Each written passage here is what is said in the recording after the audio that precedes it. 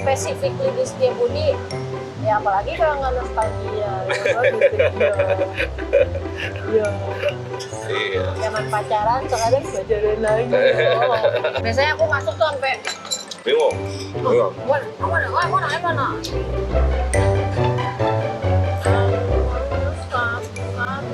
Gila ya, denger lagu ini bisa bikin happy ya.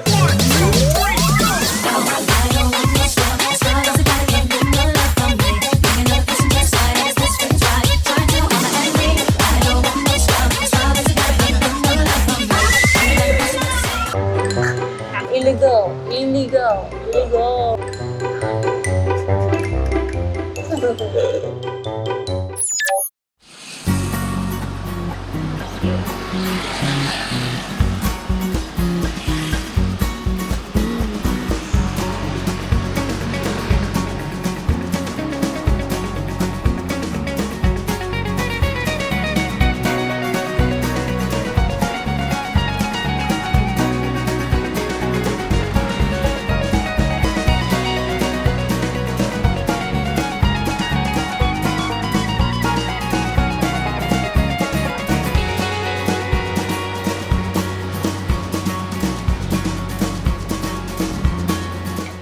Tenderloin. Cek dulu the chop. Kalau itu apa? Ini apa tadi? Sirloin. Sirloin. Enak ini gini. Ayo. Ini guys, tempat steak paling legend di daerah Setiabudi nih. Dari yang Pak Ijo tahu ya, dari 94 udah ada.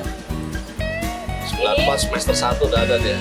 Jadi alasannya kita milih Swiss Butcher ini, Setiabudi Swiss Butcher kan ada di mana-mana. Bukan di mana-mana sih, maksudnya cabangnya ada banyak. Kita milih yang specifically di Setiabudi, ya apalagi kalau nggak nostalgia ya. Jadi dari zaman pacaran tuh ya makanya di sini gitu kan, makanya di sini belanjanya di Borma atau nggak Setiabudi Supermarket. Jadi apa ya, mengenang memori Iya. zaman pacaran sekarang pacaran lagi.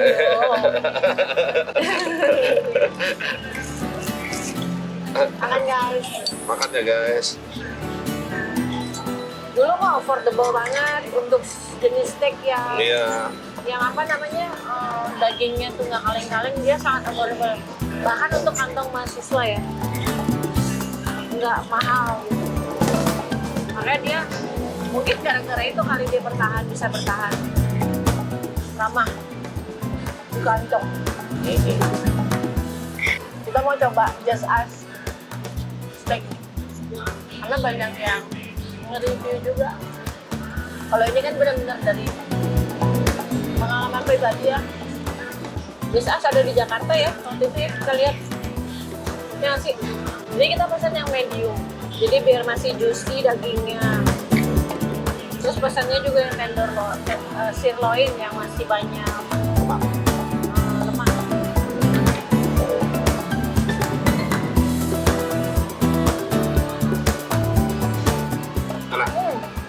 Saudaranya Swiss Butcher itu, dulu dia toko kelontong ya?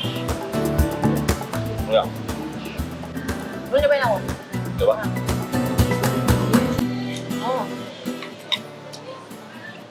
Like chili-nya enak.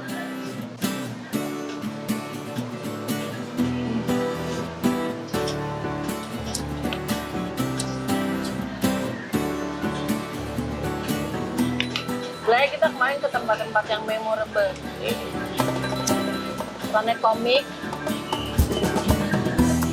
BIP walaupun lewatin doang, Valley, Iwok, Iya. mana lagi? Kentangnya enak. Kentangnya enak. Nggak yang letoy.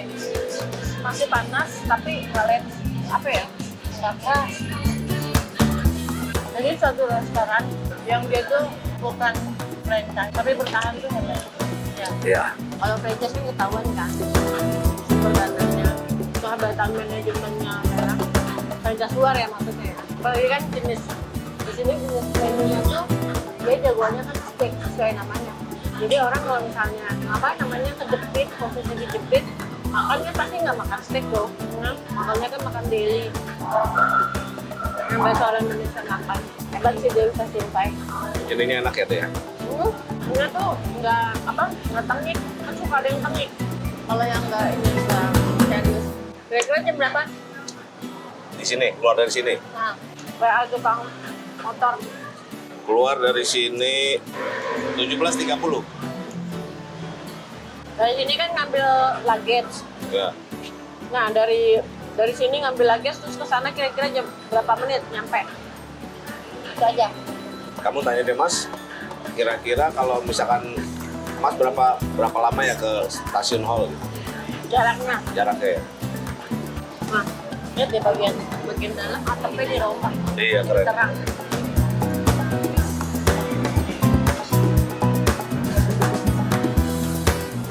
Ya ampun, lagunya tahun 90-an banget. Lagu zaman kita di sini. Itu udah bener-bener ini Pak. Mengenang pacaran. Balik lagi ke sini pacaran guys. Pacaran lagi. Gila ya, denger lagu ini bisa bikin Iya. happy ya.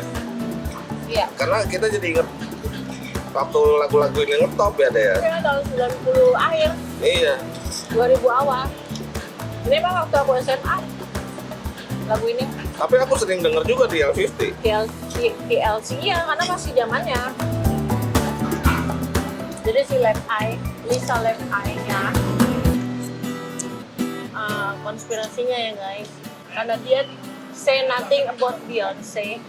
Thank you Beyonce and bla bla bla. You have to worship Beyonce. Lisa Left Eye kayaknya nggak begitu.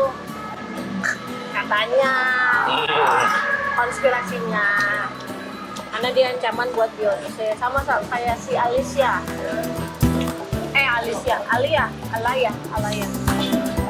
Yang main Romeo Mazda sama siapa? Jet Li. Sama Jet Li. Tuh seangkatan tuh. Karena dia ancaman buat si Beyonce. Jadi tuh ya. Konspirasinya. Bu Ijo nih seneng konspirasi guys. Teori konspirasi dia suka banget. Padahal dia sih grup apa ya, girl band bagus tahu lagu-lagunya. Kayaknya masuk YouTube orang kita kan lagunya kita kan. Ya. Ntar aku ulangin. Hah? Ntar aku ulangin coba. Nanti paling kamu dengerin ini aja. Status dipotong. Pokoknya selama nggak 30 detik nggak apa-apa. Jangan sampai 30 detik. 10 detik aja. Terus nanti kamu tulis maaf harus disensor. Nanti kena copyright. Kenapa pulang jam berapa? Ntar lagi. Ini juga TLC nih. Tapi 10 detik doang ya.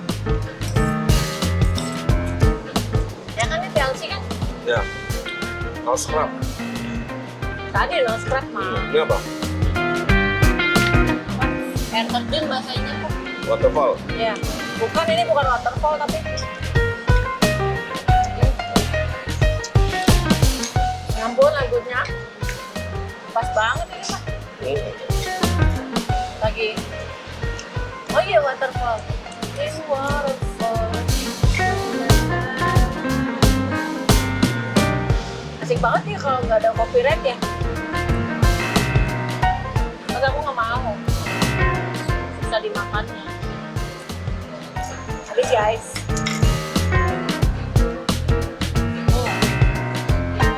Segar banget.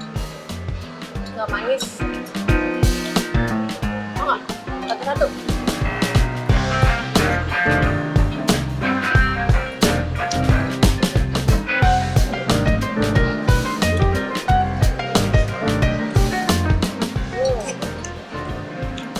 Enak.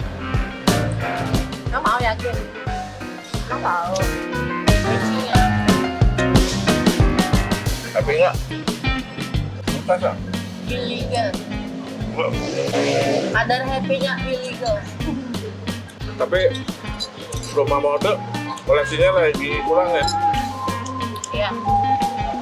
Kurang gimana gitu kan, biasanya posisi dia bagus-bagus. Biasanya aku masuk tuh sampai Bingung. Bingung. mana? Kemarin pas ke sana malah nyari yang bagus. Kamu terakhir ke sana. Jeleknya lu juga terbatas nih. Jeleknya lu juga terbatas. Kemarin ada yang bagus. Ada belanjaan tapi kan rumah mode ya. Ada, tapi kaos ya gitu. Tapi bagus kok celananya. Iya, celananya bagus. Tapi pelajaran cuma mode. Dia ada, aku kan nanya ya sama bapaknya, Mbak yang apa? Toko yang khusus diskon yang sale mana ya, Mbak? Nggak ada, kata dia gitu kan. Oh, tergantung season aja. Iya. Pas aku laporan barangku hilang, ketinggalan, ada Apa? yang toko khusus sale doang. Begitu udah ketemu, aku mau mampir tuh, mau ngajak kamu mampir. Cuman kan kayaknya kita padahal nggak hektik, paham nggak? Euforia. Jadi di pengalaman ya, share pengalaman aja buat yang senang belanja factory outlet. Rumah mode itu selalu ada toko. Jadi dia rumahnya atau tokonya itu terpisah sama yang utama. Jadi ada yang utama itu yang kemarin. Terus dari masuknya itu kelihatan kok kalau dia agak kanan ya. Itu khusus buat, jadi toko atau gedung terpisah khusus buat yang sale, yang diskon. Kemarin sempat nanya sama staf rumah mode, info kan kalau nggak ada. Menurut infonya si karyawan ini bahwa sale itu tergantung momen, misalnya kayak lebaran, Natal, kayak gitu-gitu. Nah kemarin kita ada insiden belanjaan kita tuh ketinggalan. Pas lagi ke pos security untuk ngecek CCTV, aku ngeliat loh ada kok gitu kan. Mau mampir kan udah mumet gitu. Terus setelah dapat kabar bagus masih itu belanjaan masih ada, mau ngajak Pak Ijo mampir, cuman kayaknya hektik gitu di kepala. Wah jadwal padat nih, kita mau mampir lagi ntar. Jadwal yang berikutnya tuh aku Uber, padahal pengalaman lagi nih. Kalau kita punya itinerary, day 1, day 2, day 3, apalagi kemarin kita agak kacau, bukan karena kita ya, kita kan sesuai schedule. Kacaunya karena si tenannya itu nggak buka sesuai schedule, contoh sate jando ternyata bukannya siang, sedangkan di itinerary itu untuk sarapan, jadi kan kayak buyar gitu ya. Jadi sebenarnya kalau misalnya mau sempetin aja, biasanya itu cuma di sini nih hektiknya, kecuali kalau memang kalau kita kan masih santai gitu kan, maksudnya bukan yang bener-bener ada kontrak sama brand tertentu kayak gitu kan, memang ketahuan jadwalnya. Kalau kayak kita gini santai, ya kejar aja, mumpung di Bandung gitu, kapan lagi. Iya. Gitu. Cuman ya udah terobati sih. Tadi ke episode juga barangnya bagus-bagus, yang penting jeli kuat kaki gitu. Murah loh, serius murah. Di situ diskon semua. Capek ngikutin Bu Ijo, capek. Namanya episode Jalan Juanda ya. Jalan Juanda, Dago. Persis seberangnya BCA, itu Juanda ya, Jalan Juanda ya. BCA Juanda seberangnya. Atau Blooms ya, FO Blooms seberangnya. Yang penting jeli aja, lihat-lihat. Bagus. Dan dia 50% off, setengah harga semua. Keren-keren. Sebagai pengobatnya kemarin gagal ke toko khusus diskonnya rumah mode. Terobatilah.